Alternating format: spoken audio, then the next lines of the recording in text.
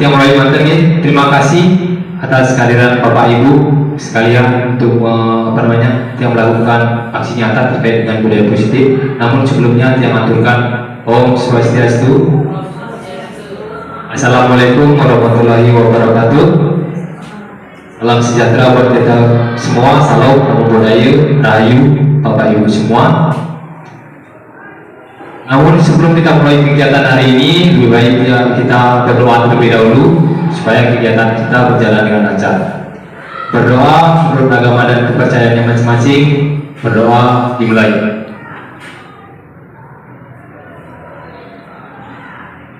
Berdoa selesai. Baik Bapak Ibu, pada kesempatan kali ini, perkenalkan saya sebagai calon guru penggerak angkatan 8 di SMA Negeri 1 Kabupaten Lamongan. Di sini saya ingin menyampaikan terkait dengan budaya positif. Diseminasi penyebaran pemahaman budaya positif yang mana sebenarnya semua kita sudah lakukan, tapi dalam istilah guru penggerak ada tahap-tahapannya atau cara-caranya yang harus kita lakukan untuk bagaimana sih sebenarnya budaya positif yang kita harus lakukan. Mungkin Bapak Ibu itu sudah lihat tentang budaya disiplin dan sebagainya yang ada di meja pikir dan seterusnya. Di sini saya akan bukan menggurui, bukan bagaimana, tapi mengajak Bapak Ibu bersama terkait dengan apa yang saya pelajari di guru penggerak terkait budaya positif. Lanjut. Nah, sebelum kita mulai ke materi, nah di sini ada pertanyaan pemantik buat Bapak Ibu. Kita sering bersama, yaitu nah, di sini pertama, hukuman dapat mendisiplinkan anak. Bapak setuju atau tidak? Terkait dengan hukuman dapat mendisiplinkan anak, setuju? Biasanya kan kita itu selalu menghukum anak dengan dada hatikan, kamu gini dan sebagainya. Tapi di dalam apa yang saya dapatkan di guru penggerak ini terkait dengan budaya positif, hukuman dapat mendisiplinkan anak itu ternyata belum tentu. Itu tergantung dari bagaimana spesifiknya, bagaimana permasalahan dan sebagainya. Jadi kita menghukum peserta didik itu tidak bisa secara langsung mendisiplinkan anak tersebut. Itu yang saya dapatkan. Mungkin itu tidak bisa berbagi ilmu. Yang kedua, pemberian hukuman dengan hal positif seperti membaca atau membersihkan halaman sekolah dapat meningkatkan disiplin anak. Setuju nggak Bapak Ibu? Setuju. Oke. Nah, saya ini juga setuju untuk sepaham. Sepahanya bagaimana anak itu istilahnya bisa lebih rajin. Misalnya datang pagi kan, datang pagi dekat lambat, kita sudah bersama guru piket dukung di depan untuk melakukan janji atau pembersihan. Itu yang kedua. Yang ketiga, memberikan penghargaan dapat memotivasi belajar anak. Setuju nggak? Berarti kita sepakat ini setuju. Memberi penghargaan dapat meningkatkan motivasi belajar anak. Nah, itu pertanyaan pemantiknya. Lanjut. Nah, ada pun topik dalam eksplorasi konsep budaya positif ini ada 6. Yaitu yang pertama, kita akan mengenal yang namanya pembelajaran paradigma baru. Yang paradigma baru, disiplin positif, dan nilai-nilai kebajikan universal. Yang kedua, teori motivasi, hukuman, dan penghargaan secara institusi, di mana semua ini memiliki pengertian atau makna tersendiri. Beda semua ternyata selama ini kita mengartikan sama apa hukuman, penghargaan, dan sebagainya. Yang ketiga, keyakinan kelas. Saya tanya, kalau Bapak Ibu itu masuk kelas, pernah nggak membuat keyakinan kelas sebelum belajar? Nah, ternyata selama ini kan yang namanya perjanjian kan. Nah, kalau sebenarnya kita pertama kali itu ada di sekolah ini, misalnya ajaran baru, itu harus punya yang namanya keyakinan kelas dan keyakinan sekolah. Itu yang saya dapatkan ternyata. Keyakinan kelas dan keyakinan sekolah itu lahir dari peraturan kelas dan peraturan sekolah. Peraturan itu istilahnya kata-katanya masih tidak relevan, itu tidak baik, dan di dalam masukkan keyakinan kelas atau keyakinan sekolah itu menjadi baik kata-katanya. Itu. Yang keempat, ada kebutuhan dasar manusia dan dunia berkualitas. Ternyata selama ini peraturan yang sudah dibuat kemarin sudah direvisi oleh Pak Ardi, mungkin beliau sudah mendapat dulu penggerak angka ke-7. Ada loh siswa itu harus punya keinginan merdeka sendiri, misalnya dalam berpakaian. Itu namanya kebutuhan dasar. Itu yang membuat kenapa Pak Adi itu bisa merubah yang namanya tata tertib setiap hari Kamis itu sekarang anak itu diberikan hak untuk pakai baju bebas, biar bisa mengeksplor diri atau mengekspresikan dirinya. Itu secara tingkat. Yang kelima, ada restitusi. Ada 5 posisi kontrol dan ada yang namanya restitusi, segitiga restitusi. Di sini kelima ini adalah cara kita menangani siswa. Next, kita lanjutkan saja. Nah, ini pelajaran dengan paradigma baru, pandangan baru. Apalagi kita sekarang mengacu yang namanya kurikulum merdeka. Kita akan memulai yang namanya kurikulum merdeka. Bagaimana di sini pembelajaran dengan paradigma baru merupakan pembelajaran yang dirancang berdasarkan prinsip pembelajaran berdiferensi. Di sini sebenarnya awal pembelajaran itu kita harus memandangkan yang namanya asesmen diagnostik. Nanti kita akan mulai mungkin di pembelajaran kurikulum merdeka memandangkan anak yang seperti pelatihan yang kemarin kita dapatkan. Kebutuhan apa yang dilakukan oleh anak, maka kita boleh buat kelas sebanyak-banyaknya. Jadi istilahnya tidak perlu ada yang namanya kekurangan jam. Sehingga para peserta didik belajar sesuai dengan kebutuhan berdasarkan tahap perkembangan sesuai teori psikologi dan seterusnya, sesuai dengan 6 profil pelajaran Pancasila itu. Next. Nah, selanjutnya ada yang namanya disiplin positif dan nilai-nilai kebajikan universal. Perubahan paradigma di sini biasanya kita mengenalnya namanya teori kontrol, atau teori pilihan. Yang pertama, ilusi guru mengontrol murid. Kita beranggapan bahwa kitalah yang mengontrol murid, tetapi sebenarnya tidak seperti itu dalam pelajaran merdeka belajar. Yang kedua, ilusi bahwa kritik dan membuat orang merasa bersalah dapat menguatkan karakter. Itu ternyata tidak seperti itu. Kita membuat orang, oh kamu ini, kita peserta didik misalnya, kenapa kamu tidak membuat tugas dan sebagainya. Itu tidak seperti itu cara kita sekarang di kurikulum merdeka. Kita harus menjadi yang namanya pendengar nantinya, ada proses caranya. Yang keempat dan yang ketiga, ilusi semua penguatan positif, efektif dan bermanfaat. Ternyata tidak pernah ilusi yang kita buat itu bisa yang berdampak positif, secara efektif dan bermanfaat. Dan yang ketiga ada ilusi bahwa orang dewasa memiliki hak untuk menguasai. Kadang kita sebagai guru, saya guru loh. Nah, jadi saya berhak untuk menguasai. Tapi di kurikulum mereka nggak seperti itu ternyata. Seharusnya nggak seperti itu. Kita harus menanyakan dulu kepada peserta didik kita apa mau anak itu dan sebagainya. Next. Yang lanjutkan terkait dengan yang selanjutnya yaitu makna dan kriteria disiplin positif. Nah, disiplin positif di sini adalah proses pembelajaran melalui pendekatan mendidik anak untuk melakukan kontrol diri dan pembentukan percaya diri. Nah, di Kiajar Dewan Alam kita dituntut untuk melakukan pembelajaran yang namanya menuntut, seperti menanam padi. Mungkin Bapak Ibu pernah ikut yang punya sawah yang dari luar Bali, luar Lemongan ini punya sawah. Bagaimana kita menanam padi dari kecil sampai besar, sampai punya berisi dan tunduk dan seterusnya itu kita menuntut, memperbaiki dan seterusnya. Itu juga dikerjakan dalam pendidikan paradigma pembelajaran kurikulum merdeka melalui profil pelajaran Pancasila. Menggunakan disiplin bersama sekali dengan hukuman, meskipun disiplin sering diterapkan dengan menggunakan teknik. Nah, kriteria disiplin positif di sini itu ada kriterianya. Yang pertama, bersikap baik dan tegas. Yang kedua, bantu si kecil membangun rasa memiliki. Jadi, sebenarnya kita memiliki bersama. Kesuksesan kurikulum merdeka yang akan kita lakukan itu kesuksesan kita bersama. Yang ketiga, memiliki pemikiran jangka panjang. Sama halnya dengan apa yang dibuat oleh kemarin, kita berkelompok melakukan tugas di sini, mana keberlanjutan yang dimintakan. Yang keempat, mengasah keterampilan sosial dan keterampilan hidup. Yang terakhir, membangun rasa percaya diri si kecil atau peserta didik itu. Itu disiplinnya. Next, kita lanjutkan ke nilai kebajikan universal. Nilai kebajikan adalah sifat-sifat positif manusia yang merupakan tujuan nilai mulia yang dicapai setiap individu. Nilai tersebut bersifat universal dan lintas bahasa, suku bangsa, agama maupun antar. Nah, nilai universal di sini merupakan nilai umum yang berada di lingkungan sekolah kita. Next. Nah, ini ada nilainya sesuai dengan profil pelajaran Pancasila. Bapak Ibu bisa lihat di depan. Beriman dan bertakwa sudah kita lakukan kan? Setiap pagi kita sudah mengawasi anak-anak untuk melakukan yang namanya persembahyang bersama Puji Trisakti dan yang lainnya, persembahyang Purnama Tila. Mandiri, ini anak sudah dituntut untuk mandiri. dalam satu hal, bernalar kritis, bagaimana berpikir kritis supaya adanya kompetitif. Berikut kebinekaan global, berbeda tetapi memiliki pemikiran yang berkembang ke depannya. Dan terakhir, maaf, yang kelima, bergotong royong, dan yang terakhir adalah kreatif.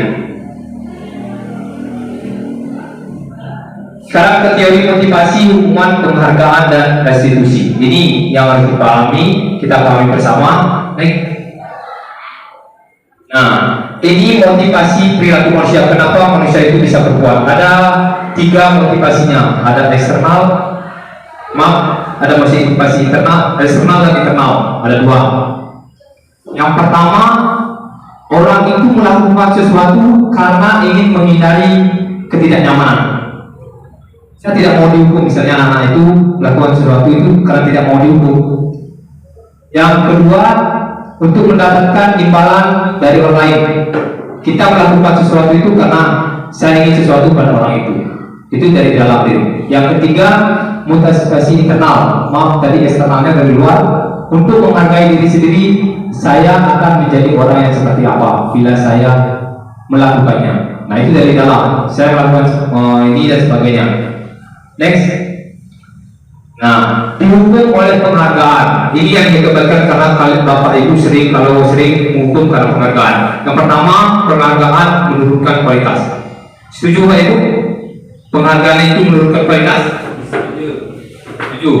Nah, kenapa dikatakan menurunkan kualitas? Istilahnya seperti ini. Biasanya dalam perlombaan pasti Bapak Ibu itu akan memilih anak-anak itu saja. Jadi tidak ada kemampuan atau kompetensi untuk anak yang lain. Untuk istilahnya biarkanlah anak yang lain dulu mencoba. Kita selalu paling memilih si A untuk pintar, yang paling dianggap pintar, dia aja ikut lomba ini dan sebagainya. Jadi perkembangan anak lain itu tidak akan pernah bisa. Yang kedua, penghargaan mematikan kreativitas. Sama juga. Kalau disuruh buat ini, kalau kita percaya hanya orang A saja, pasti anak-anak yang lain itu tidak akan berkembang istilahnya.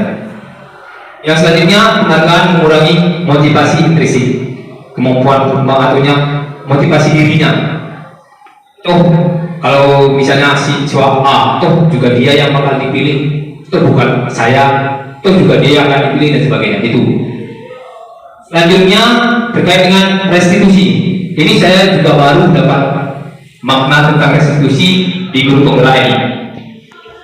Restitusi adalah proses menciptakan kondisi bagi murid untuk memperbaiki kesalahan mereka, sehingga mereka bisa kembali pada kelompok mereka dengan karakter yang lebih kuat. Restitusi juga merupakan proses kolaboratif yang mengajak murid untuk mencari solusi untuk masalah mereka dan membantu mereka berpikir tentang orang seperti apa yang mereka inginkan menjadi tujuan mulia dan bagaimana mereka harus memperlakukan orang. Ini ada di Gosen tahun 2004. Saya baru tahu arti restitusi itu di guru penggerak tentang penyelesaian permasalahan terhadap peserta didik. Nah, ciri-ciri restitusi ini ada di depan Bapak, Ibu semua. Yang pertama, buku bukan untuk menebus kesalahan, namun untuk belajar dari kesalahan. Ya. Yang kedua, memperbaiki hubungan. Yang ketiga, tawaran atau bukan paksaan. Yang keempat, restitusi menuntut untuk melihat ke dalam diri. Yang berikutnya, restitusi mencari kebutuhan dasar yang mendasari tindakan. Dan yang berikutnya, restitusi diri adalah cara yang paling baik. Restitusi fokus pada karakter bukan tindakan. Restitusi fokus pada solusi. Restitusi mengembalikan murid yang berbuat salah mereka punya. Nah, itu ciri-cirinya. Nanti untuk implementasinya nanti akan lanjutkan. Selanjutnya kita akan bahas keyakinan kelas. Keyakinan kelas itu biasanya kita lakukan di pertemuan awal. Pada saat Bapak Ibu masuk ke kelas, mungkin walinya juga punya keyakinan kelas. Misalnya kita buat istilahnya mading. Kita buat persetujuan bersama peserta didik. Pertama kita buat yang namanya peraturan kelas. Kita melalui persetujuan. Nah, ini makna keyakinan kelas. Mengapa tidak peraturan saja? Mengapa harus keyakinan kelas? Mengapa kita memiliki peraturan harus menggunakan helm bila mengendarai kendaraan roda 2? Ada yang bisa berpendapat? Karena harus menumbuhkan kesadaran akan keselamatan dalam perjalanan, bukan karena akan Berarti itu peraturan kan, diharuskan. Mungkin juga ada yang namanya kesadaran dalam diri kita melindungi diri. Yang kedua, mengapa kita memiliki peraturan 3M? Menggunakan masker, mencuci tangan, dan menjaga jarak 1,5 meter. Ada yang Bapak Ibu berpendapat sama halnya kayak dulu waktu COVID kan, kita memenuhi protokol kesehatan. Kenapa? Itu karena keinginan diri sendiri apa dorongan dari orang lain? Salah satunya adalah untuk melindungi diri sendiri. Sama halnya dengan nanti kalau kita membuat keyakinan kelas. Yang ketiga, mengapa kita memiliki peraturan harus datang tepat waktu pada saat mengikuti pelatihan atau yang lainnya? Apa yang Bu gininya, Bapak Ibu inginkan? Sama hanya disiplin waktu. Supaya apa?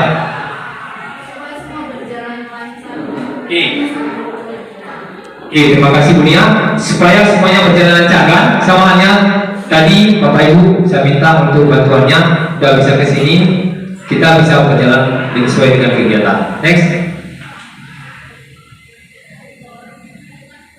Makna dan tujuan keyakinan kelas.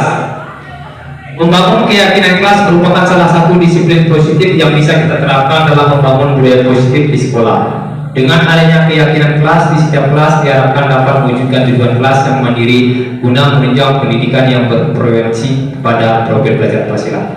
Saya harapkan Bapak Ibu nantinya dalam proses pembelajaran pertama kali itu bisa bergerak bersama untuk membuat yang namanya keyakinan kelas.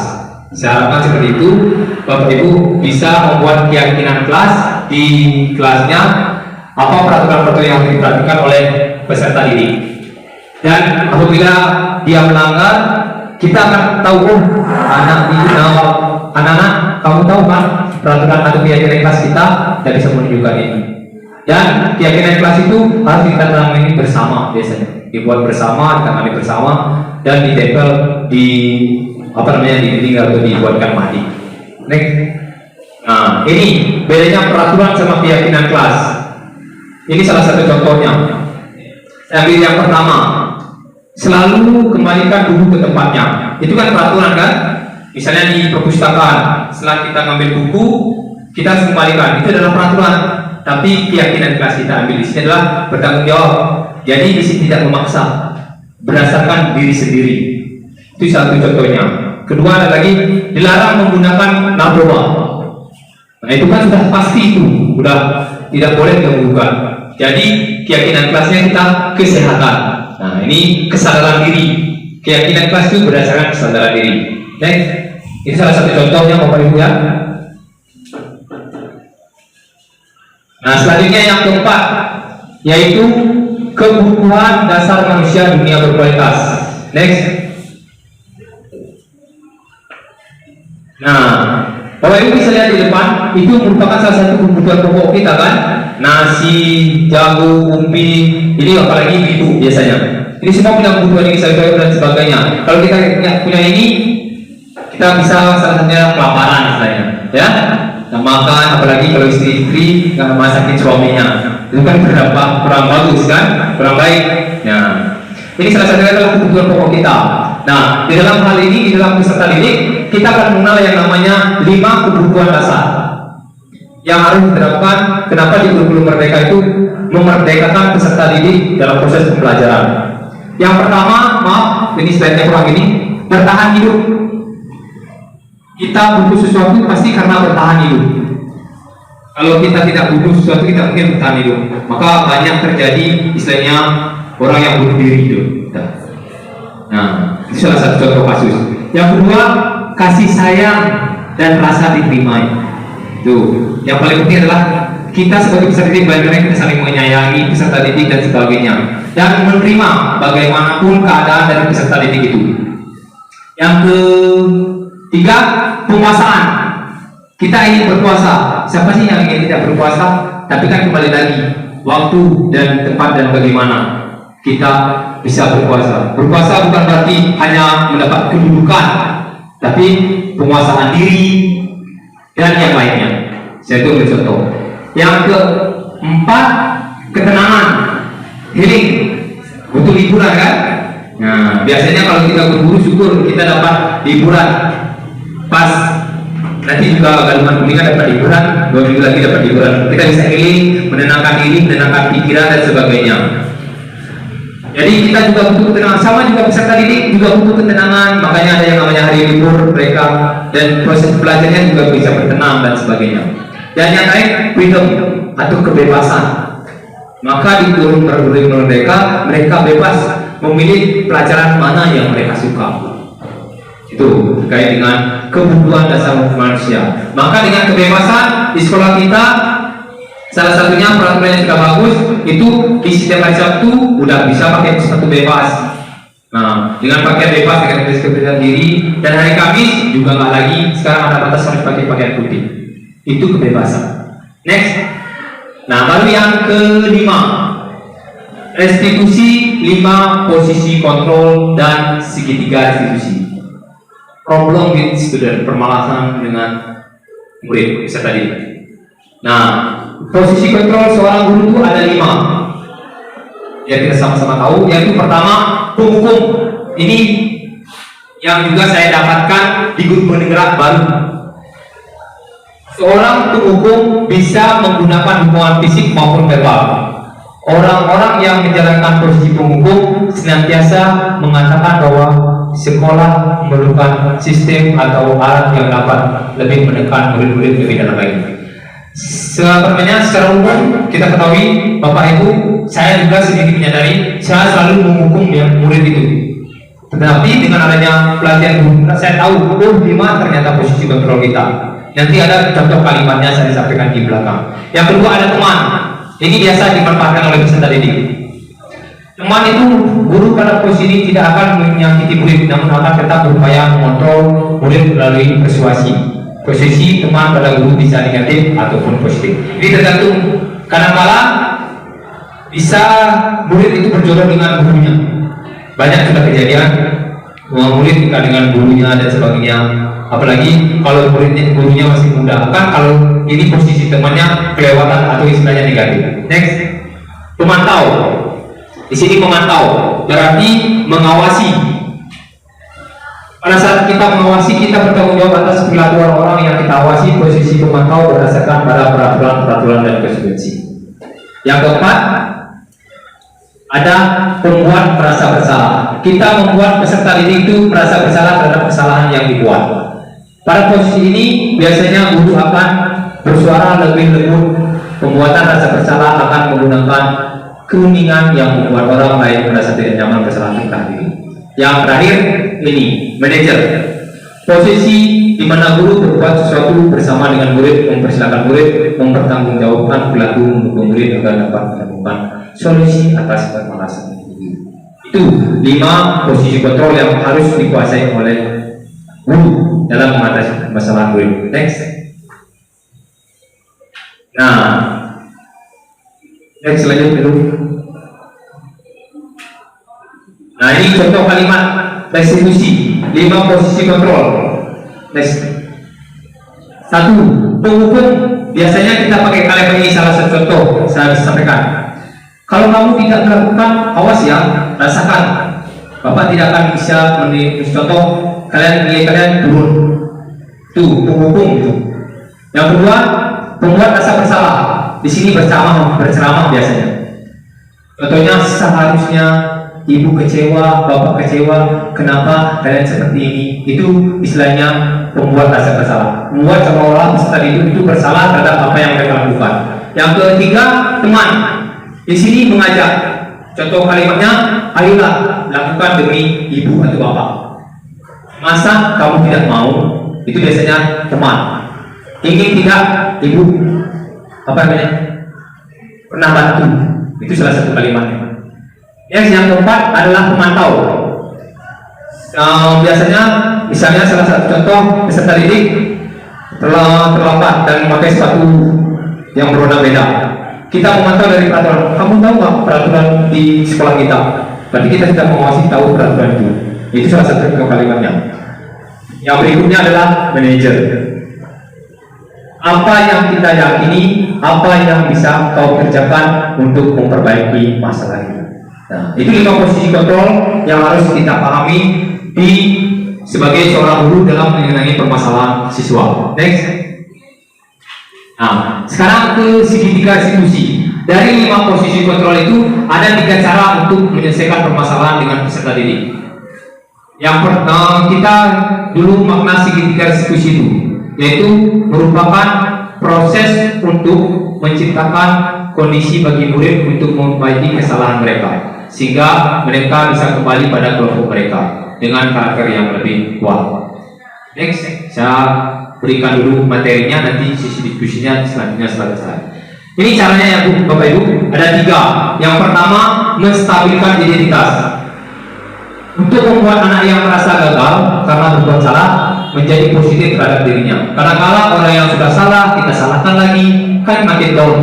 Maka dari itu kita posisi sebagai guru harus istilahnya baliknya naik bawah dulu, merendah dulu, biar anak itu tidak merasa direndahkan meskipun mereka salah. Yang kedua, validasi tindakan yang salah. Kita mencari tahu, mengasih tahu atau menginfokan, oh ini loh salahnya kamu tahu nggak ini dan sebagainya. Membantu murid mengenal basic need atau kebutuhan dasar yang ingin dipenuhi ketika melakukan kesalahan. Yang selanjutnya menanyakan keyakinan. Anak melihat kesalahan dihubungkan dengan norma sosial. Kita menanyakan, kamu tahu nggak keyakinan kelas yang sudah kamu lakukan? Kamu tahu nggak keyakinan sekolah yang sudah kamu lakukan? Itu terkait dengan segitiga institusi. Nah, itu caranya Bapak Ibu. Next. Nah, sudah selesai kayaknya. Nah, itu yang bisa saya sampaikan terkait dengan budaya positif yang diharapkan dari apa yang saya pelajari sebagai guru penggerak. Mohon nanti Bapak bisa mengimplementasikan. Siapa tahu juga Bapak Ibu bisa ikut ambil ke guru penggerak, ikut belajar bersama nantinya. Sudah ada pembukaan. Nah, sekarang kita lanjutkan ke sesi diskusi Bapak Ibu. Ada yang mau bertanya terkait dengan materi yang sudah saya berikan? Saya kasih waktu. Terima kasih.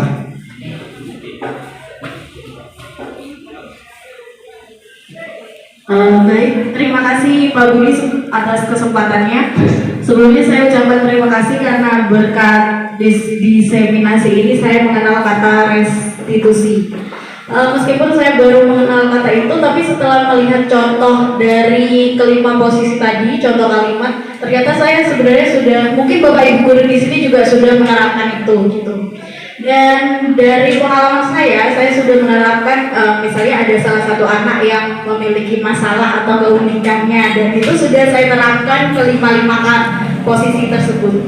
Nah, kira-kira menurut Pak Budi, dari kelima posisi kontrol seorang guru dalam restitusi, kira-kira posisi mana yang paling tepat atau paling efektif untuk diterapkan? Terima kasih. Baik, terima kasih Bu Nia atas pertanyaannya terkait dengan 5 posisi kontrol yang tadi bisa di-back atau kembalikan dulu yang posisi kontrol itu.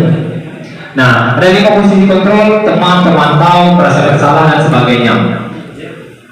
Di sini terkait dengan yang paling optimal yang bisa diterapkan, yang bisa membuat, tapi kembali lagi karakter dari peserta didik itu. Tapi diharapkan dalam kelima ini yang paling tepat itu sebenarnya adalah posisi manajer. Di sini kita sebagai manajer, Bapak Ibu kan tahu posisi manajer itu seperti apa. Posisi manajer itu adalah posisi penengah. Kembalikan lagi dulu. Nah, seperti yang tadi yang ini. Nah, di sini saya bisa sampaikan posisi kontrol seorang guru itu harus sebagai manajer. Yaitu yang pertama, guru berbuat sesuatu kepada peserta didik, mempersilahkan peserta didik mempertanggungjawabkan perilakunya, mendukung murid agar dapat menemukan solusi atas masalah sendiri. Posisi manajer mengacu pada restitusi yang dapat menjadikan murid sebagai manajer pada dirinya sehingga terciptanya identitas positif keberhasilan. Saya ambil contoh, misalnya ada seorang murid datang terlambat setiap minggu, setiap hari itu datang terlambat ke sekolah. Nah, di sini kita tidak harus menghukum secara langsung, tapi kita menanyakan. Yes, kenapa anak itu datang terlambat? Kita mencari tahu dulu, menstabilkan identitasnya. Kita mencari dulu, kenapa kamu begini sebagainya? Apa alasan? Kita cari tahu dulu alasannya. Itu adalah posisi manajer. Oh, seperti ini alasannya. Setelah tahu alasannya, Sekarang baru kita menghubungkan perbaikan. Dia yang mengusulkan perbaikan. Kenapa dia terlambat? Apa yang bisa dia harus lakukan? Bukan kita yang mencari solusinya. Kalau bukan terlambat, apa yang kamu bisa lakukan untuk tidak bisa terlambat? Baru dia yang mencari jawaban. Oh, saya tidak terlambat. Cari tahu dulu alasannya. Misalnya sudah terlambat. Saya main HP Pak sampai malam dan sebagainya. Saya begadang Pak sampai malam dan sebagainya. Itu posisi manajer. Kita cari tahu dulu. Habis itu kamu kan sudah terlambat. Apa yang harus kamu bisa lakukan supaya tidak terlambat lagi datang ke sekolah? Oh, berarti saya harus mengurangi permainan HP Pak. Selain itu apalagi? Misalnya nyetel alarm. Selain itu apalagi? Berbantu dengan kolaborasi dengan orang tua. Maka dia ada sangat keinginan berbasis orang tua di kurikulum Merdeka. Itu semua direncanakan di sana. Setelah itu baru menanyakan keyakinan. Kamu tahu kan keyakinan kelas yang sudah kamu langgar? Habis itu setelah kita menanyakan keyakinan, baru kita mencari solusi bersama. Seperti itulah posisi manajer. Maka di antara 5 posisi kontrol itu, 5 posisi yang paling baik itu adalah posisi manajer. Tapi kadang-kala kembali lagi ke situasi dan kondisi. Kadang-kala kita tidak bisa memposisikan diri kita sebagai posisi manajer. Kadang-kala karena kita emosi, karena keadaan dan sebagainya. Tapi diharapkan semampunya bisa memposisikan diri sebagai posisi manajer. Itu Bu Mia. Oke, terima kasih. Ada lagi Bapak Ibu yang mau bertanya? Oke, silakan Bapak Cok. Baik, terima kasih atas kesempatannya. Jadi saya di sini berdiskusi mengenai hal penghukuman. Jadi berdasarkan hukum moral sebenarnya yang dikembangkan oleh Colbert, yang mana nantinya ada perkembangan pra konvensional yang mengenai penghukuman dan juga penghargaan. Jadi menurut saya hal tersebut memang cocok juga diberikan di awal-awal. Jadi memang itu adalah pra konvensional yang mana kita harapkan nantinya ke pasca konvensional yang mana akan diterapkan kontrak sosial dan juga etika universal. Namun di sini ada anomali sebenarnya di etika universal yang seperti Pak Budi katakan, bagaimana kita berdiskusi dulu kepada yang berbuat salah. Anomalinya adalah hukum tersebut menjadi tidak berlaku ketika kita peka terhadap anak. Misalnya, maaf saya telat karena bannya bocor. Itu kan dia kan telat misalnya 30 menit di kontrak sosialnya dia harusnya dihukum, tapi karena anomali tingkat pasca konvensional yang tertinggi adalah kepekaan, anomalinya adalah hukumnya jadi tidak berlaku. Jadi seperti itu. Jadi bagaimana kira-kira bisa kita atasi untuk anomali dari pasca konvensional tersebut? Baik, terima kasih Pak Jos. Pertanyaannya terkait dengan susah sih sebenarnya mengadopsi terkait dengan posisi manajer dalam kehidupan kita di sekolah ini. Kadang-kala hukum yang sudah kita buat, peraturan yang sudah buat, kita harus mengkondisikan kembali kepada peserta didik yang melakukan pelanggaran itu. Nah, di sini kembali lagi kepada kita sendiri. Sudah sejauh mana, seberapa kali dan sesering kalikah orang itu sudah melakukan pelanggaran itu? Kalau menurut dia, kalau di sini diupayakan terlebih dahulu, kalau memang benar anak itu hanya melanggar 1, 2 dan sebagainya, bisa dikonsekuensikan atau di istilahnya kita sebagai balik ke perasaan. Nah, kita melakukan posisi manajer terlebih dahulu. Kalau sudah tidak ada jalan keluarnya, kembali lagi kan kita ke posisi yang seharusnya kita jalan keluarnya seperti apa, penyelesaiannya seperti apa, sebagaimana. Karena kadang-kadang kalau anak itu sudah dinyatakan baik-baik dan sebagainya, harus gini dan sebagainya, kan melonjak kadang-kadang. Itu membuat kenapa peraturan yang kita buat, tapi harus dengan posisi manajer ini kan membuat peraturan tidak menjadi istilahnya kuat, ininya untuk menghukum anak itu dan memberikan suatu penghargaan pada anak itu sendiri. Nah, tapi di sini dari apa yang saya pelajari dan saya ginikan, diharapkan Bapak Ibu itu memiliki posisi kontrol terlebih dulu. Emang posisi manajer yang paling baik. Dan di sini tidak bedanya lagi kita melakukan yang namanya kolaborasi. Biasanya kita melakukan kolaborasi di sini baik itu bersama peserta didik, guru, rekan sejawat, wali, dan kepala sekolah dalam penyelesaiannya. Kalau kita sudah tidak bisa memposisikan diri kita sebagai posisi manajer dalam menentukan peraturan itu sebagai kuat peraturan itu untuk anak supaya tidak melanggar lagi. Menurut saya itu cocok. Ada lagi Bapak Ibu yang ingin berkomentar terkait dengan apa yang sudah kita bahas?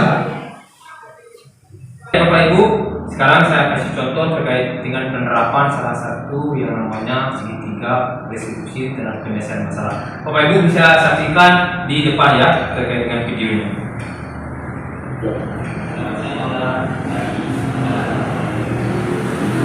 Nah, di sini ada yang namanya menstabilkan identitas.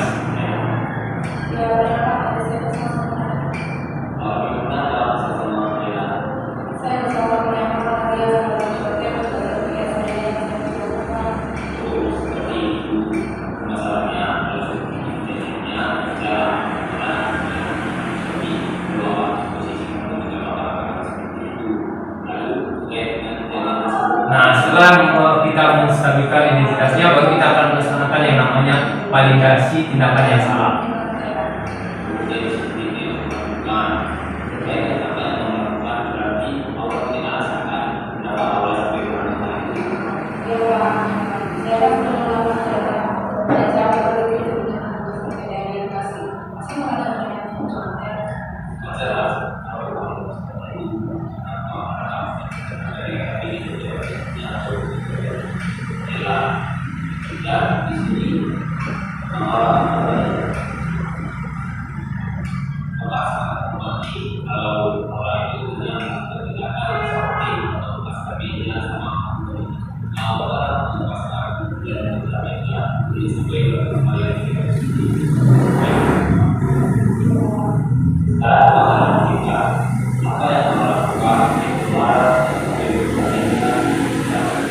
Setelah itu, setelah kita tahu permasalahannya, baru kita menanyakan yang namanya keyakinan kelas, dikaitkannya.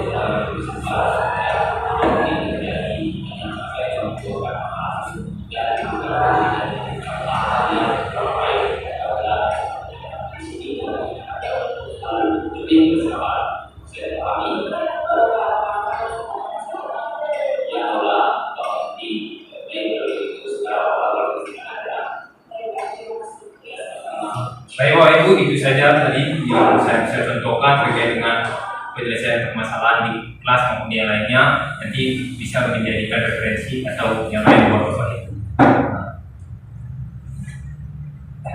Dari apa yang dijadikan saya hari ini, pertemuan hari ini terkait dengan budaya positif, terkait dengan paradigma baru, disiplin positif, nilai-nilai kebajikan universal, dan segitiga restitusi, posisi 5 posisi kontrol, dan cara penyelesaian segitiga restitusi itu bisa kita akomodasi di sekolah kita untuk kedepannya. Itu yang saya harapkan untuk Bapak Ibu semua. Ya, jika semua sudah paham, nanti kita bisa berbagi di lain tempat dan waktu cara penyelesaian masalahnya. Dan saya ucapkan terima kasih banyak atas kehadiran Bapak Ibu semua untuk mengikuti kegiatan hari ini. Dan, nah karena tidak ada lagi pertanyaan, maka kegiatan ini saya tutup. Tapi sebelumnya kita berdoa dulu ya. Kegiatan saya tutup menurut agama dan kepercayaan masing-masing. Berdoa dimulai. Berdoa selesai. Terima kasih Bapak Ibu. Om Santi Santi Santi Om. Assalamualaikum warahmatullahi wabarakatuh. Terima kasih.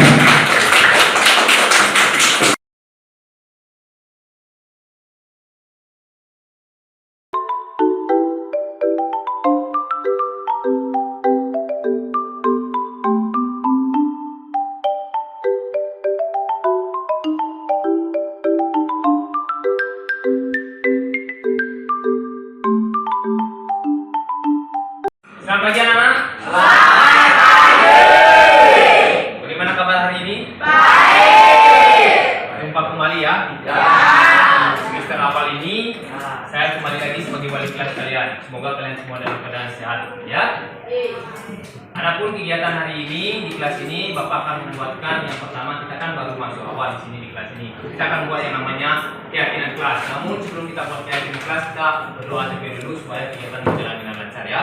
Menurut agama dan kepercayaan masing-masing, berdoa dimulai. Berdoa selesai. Nah, kalian pernah dengar keyakinan kelas nggak? Pernah? Nggak pernah?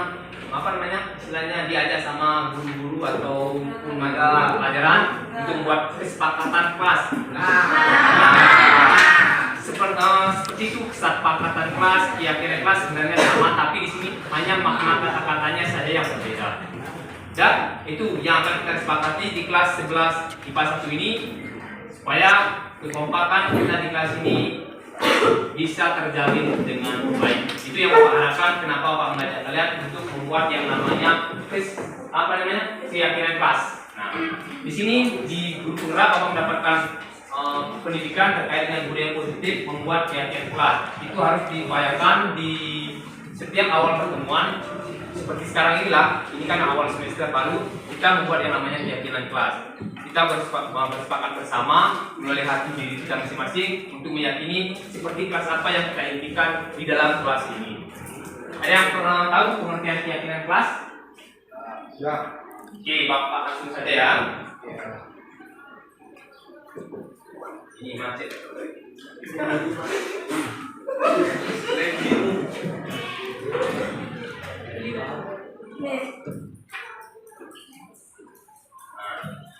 Nah ini keyakinan kelas.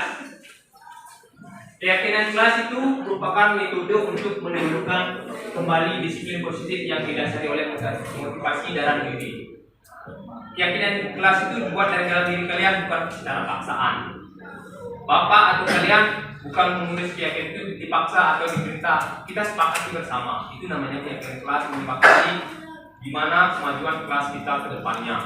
Habis itu, keyakinan kelas merupakan kesepakatan kelas yang diyakini bersama oleh guru dan murid selama proses pembelajaran. Kita meyakini dalam proses pembelajaran kita sudah punya keyakinan kelas. Jadi apabila ada yang melanggar keyakinan kelas itu, maka akan mendapatkan yang namanya istilahnya sanksi atau konsekuensinya. Karena kita sudah sepakat. Apalagi nanti setelah Bapak selesai bersama kalian membuat keyakinan kelas, kita akan menyepakati bersama keyakinan kelas yang mana yang akan kita pilih untuk kita terapkan di kelas ini. Bisa dipahami? Bisa. Bisa ajak kalian buat keyakinan kelas? Bisa. Setelah itu, ini Bapak singgung sedikit tentang yang namanya tujuan keyakinan kelas. Senyum seperti gambar di depan kalian. Mudah-mudahan dengan keyakinan kelas yang kita buat, kita juga bisa memberikan senyuman di kelas ini ya. Yaitu yang pertama, memudahkan guru dalam mengelola kelas. Biasanya sama saya sebagai wali bisa memudahkan kalian mengelola kelas ini. Ya, dengan ada yang istilahnya murid yang ini dan sebagainya bisa terkontrol. Habis itu mengefektifkan pembelajaran. Itu yang kedua, belajar dari yang lebih efektif. Apalagi kalian nanti membuatnya itu tentang apa, misalnya membuat tugas yang baik dan seterusnya. Yang ketiga, menumbuhkan disiplin belajar siswa. Itu diharapkan pada guru semuanya, ajak bapak ibu guru kalian membuat keyakinan kelas untuk kesepakatan kelas di setiap mata pelajaran. Biar kalian tidak ditanya nanti setelah tugas dan sebagainya. Itu diharapkan ya. Kalian boleh memintanya sama bapak ibu gurunya membuat kesepakatan kelas terlebih dahulu. Itu wajib itu kalau awal pembelajaran. Nah, Ini salah satu contoh kesepakatan kelas yang mau kita ini, dan kita akan sekarang lanjut untuk membuat keyakinan kelas. Ini salah satu contohnya. Bapak ambil di Google, ini salah satu contoh membuat keyakinan kelas, dan kita juga sepakati bersama di sini. Bisa kita lakukan sekarang? Oke. Di sini Bapak punya kertas. Nah, silakan nanti kalian buat undang-undang kalian di sini tentang keyakinan kelas yang ingin kalian sepakati bersama. Ini ada kertas warnanya. Nanti dibuat di sini, ditulis di sini di depannya ya. Nggak usah isi nama, tinggal buat saja biar kita tahu siapa yang buat dan sebagainya. Yang penting nanti kita akan menjadi satu keputusan. Kertas ini kan ditulis sebanyak 31 siswa di sini. Nanti kita pilih mana yang kata-katanya sama. Misalnya kata-katanya sama, kita jadikan satu. Jadi kita istilahnya shootkan biar nggak terlalu banyak. Setelah kalian tulis ini semuanya, baru ditempelkan di sana. Nanti kita pilih secara bersama. Sudah? Bisa dipahami untuk buat keyakinan kelas? Oke, sekarang Bapak bagikan ya.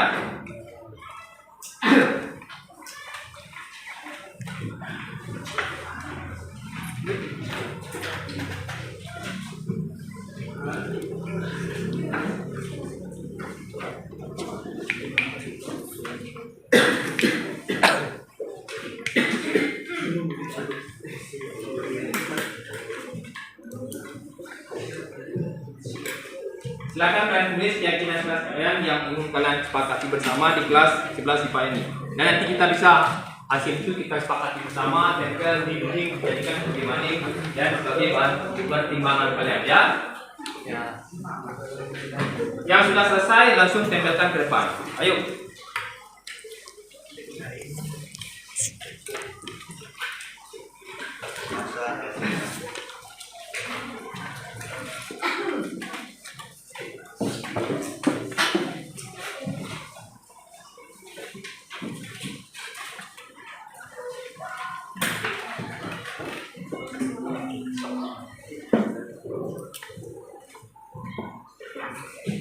Oke, yang sudah selesai tempel ke depan di sini. Tempel aja, nanti Bapak yang pilih dan pilih.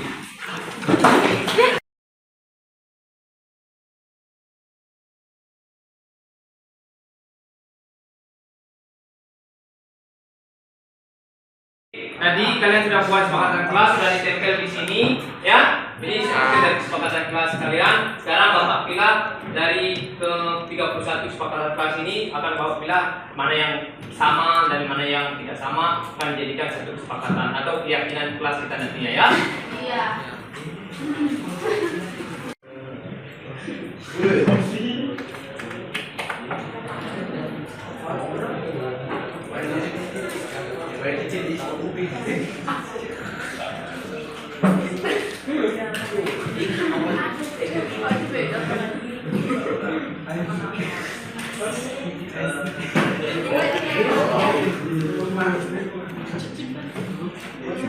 Oke anak-anak, tadi kan sudah kalian buat semuanya ini.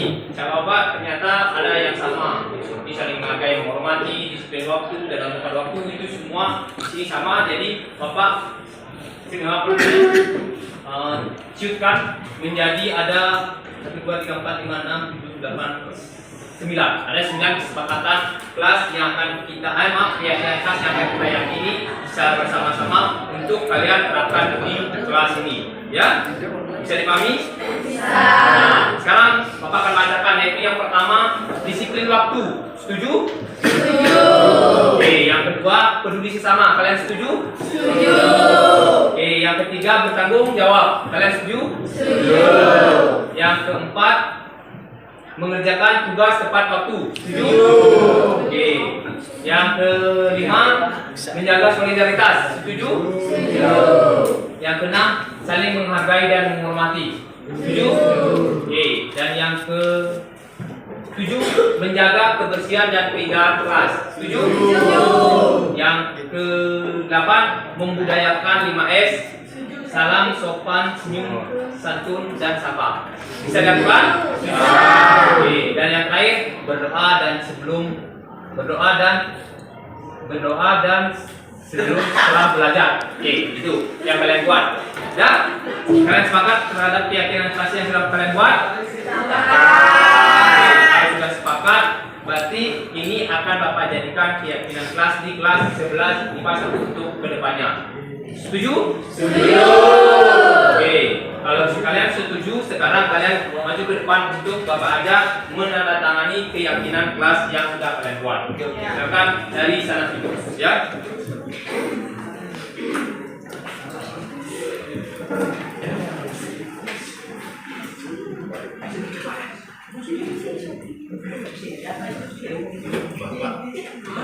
Lanjut, maju cepat biar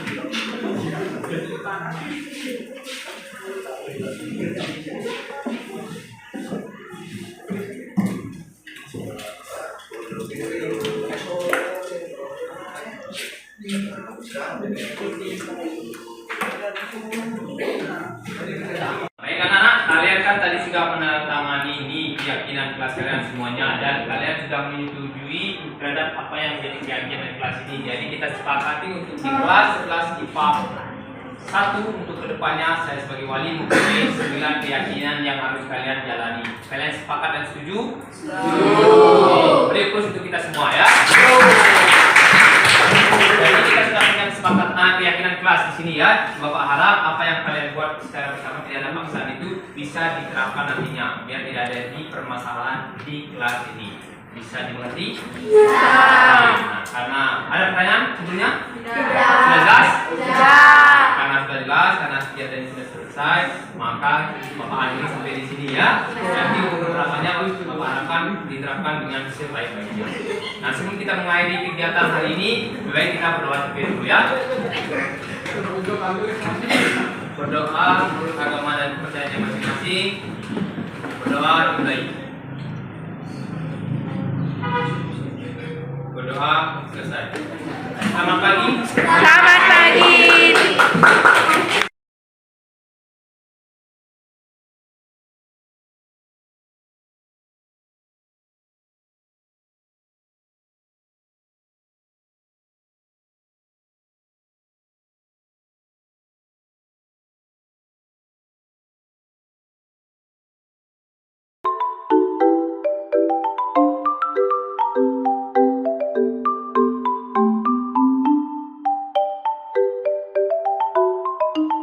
Swastiastu.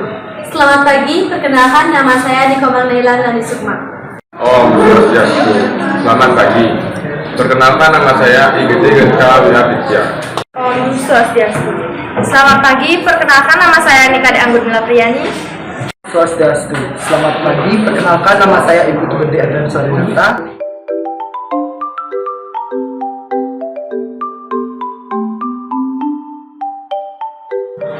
Sangat senang karena seru sekali. Dan semangat sekali. Senang sekali. Menarik sekali dan bagus.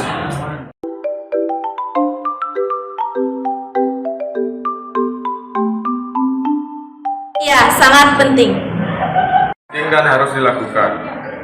Penting sekali. Iya, menurut saya sangat penting.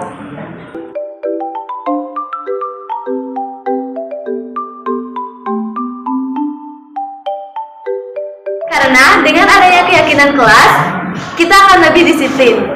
Kita bisa melakukan hal yang positif dan berbuat baik lagi. Penting sekali karena dapat menumbuhkan rasa tanggung jawab. Adanya keyakinan kelas, maka kita akan saling menghargai.